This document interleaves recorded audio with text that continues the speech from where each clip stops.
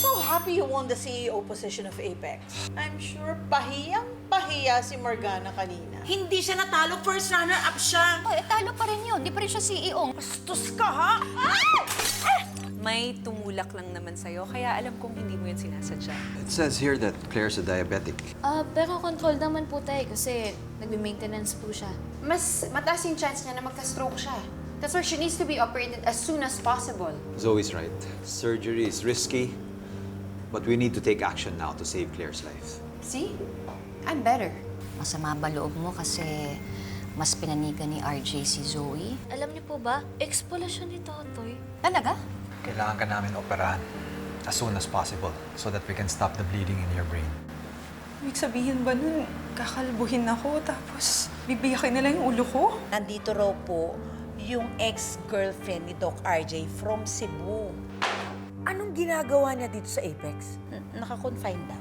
Naging kayo ni RJ, right? Hindi. Oh, Bukas na nakaschedule yung OR ni Miss Claire. And right now, I don't think na yun yung dapat gawin. Masosolve nun yung hypertensive bleeding niya pero hindi yung root cause. Eh, kanina lang kayo nagkakilala. Friend na agad? Talaga? Hindi mo pa kilala kung sino siya? Hindi. Sino ba siya? Siya ang ex ni RJ. Kung buhay pa yung asawa ni RJ, I'm sure pinagtatampal na niya yung pagmumukha mo.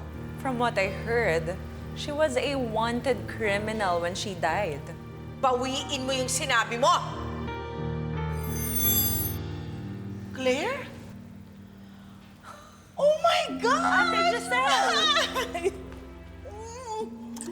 You look so good! Look at you! Alam mo, buti nagkita tayo kasi nabanggit sa akin ni Obeng na nandito ka nga daw sa ospital. Excuse me, Giselle? Bakit pa panay ang pasyal mo rito sa Apex? You don't have any business here anymore. Oh, unless nag-a-apply ka sa security or maintenance department because I heard there's an opening there. Excuse me. My brother is the CEO. And I, being the former CEO, am here to endorse a few matters to him. Okay? Anyway, kaya lang ako lumapit sa inyo kasi narinig ko pinag-uusapan ninyo si Moira. Bakit ba kayo nag-aaksaya ng panahong pag-usapan ng isang taong naaagnas na? So you know Moira. Of course! You know, how does she look like? I wanna know kasi sa kanya napunta si RJ nung naghiwalay kami. You wanna know how she looks like? Yeah. Medyo pangit. But, tingnan mo siya. She looks exactly like Moira. Parang silang twins. Oh. Pero alam mo, tama ka. Namatay nga si Moira na kriminal siya. I knew it. Can you stop talking about my sister that way? Hindi porket magkamukha kami, eh pareho na rin kami ng ugali. I'm much better than her. In her dreams. Huwag ka maniwala dyan. Pareho silang masama ang ugali. I wanna know everything. Anyway, ang tagal na natin hindi nagkita. Come on, let's catch up! So what happened? What happened to you after that time?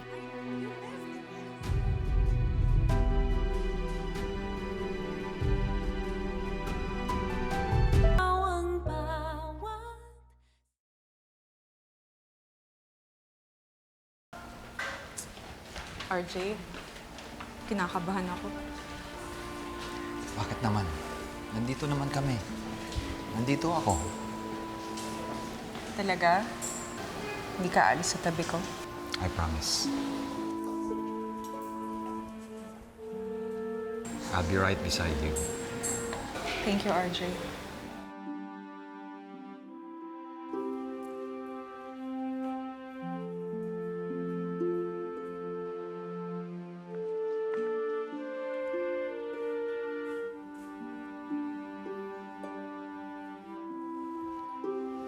Tara na. Hatid na kita sa kwarto mo. Let's go. Ang landi naman ng Claire na yan. Dinaig pa si Lynette. Oh, ma'am. Kala ko ba hindi ka na-affected? Si ma'am, in denial din to eh. Nurse Ivan! Ay, ito. Si Miss Claire? Nasa kwarto na po siya, Dok. Bakit po? Eh kasi Nurse Ivan, may pakiramdam kasi ako na masyadong maaga para operahan si Ma'am Claire eh. Eh kaso wala naman akong evidence para ma-prove ko yung statement ko kay tatay. Ayun, sakto, Dok. Nandun pa siya sa room niya. Ito nga, o dadalhin ko yung mga gamot niya.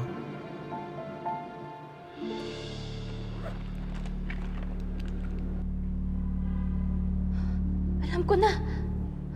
Thank you. Dok, yung gamot! Anong dadalhin ko dun sa room? Okay ka na. Medyo kinakabahan.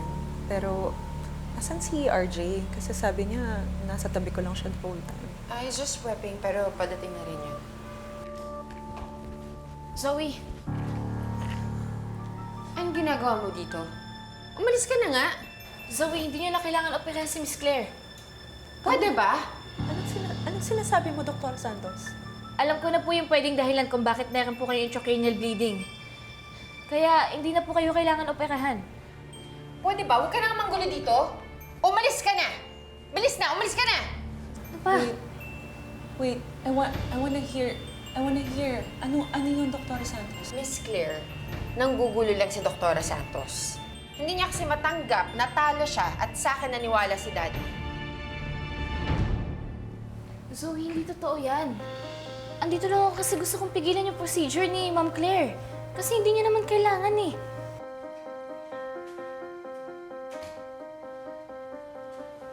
Dr. Santos, bakit hindi dapat operahan si Claire? Dr. Nyag, may iniinom pong gamot si Miss Claire. Yung dapagliflozin. Para po yung sa diabetes niya. Pero iba po yung nakita ko eh. Yung tinitake po niya is dabigatran. Isa po yung blood thinner na pwede po mag-cause ng hemorrhage niya. This is a case of salad. Salad? It's an acronym. SALAD. Sound alike, look alike drugs. Pero Dad, baka mas lumala pa yung bleeding niya pag hindi pa natin siya naoperahan. Dr. Nyag, posibleng mali po yung nabigay sa kanyang gamot ng pharmacy. At hindi rin po titigil yung bleeding niya hanggat hindi niya po tinitigil yung pag-inom ng gamot na yan. Plus, kung operahan po siya ngayon, mas mataas po yung chances of bleeding dahil meron pa rin naman pong dabigat rin sa system niya.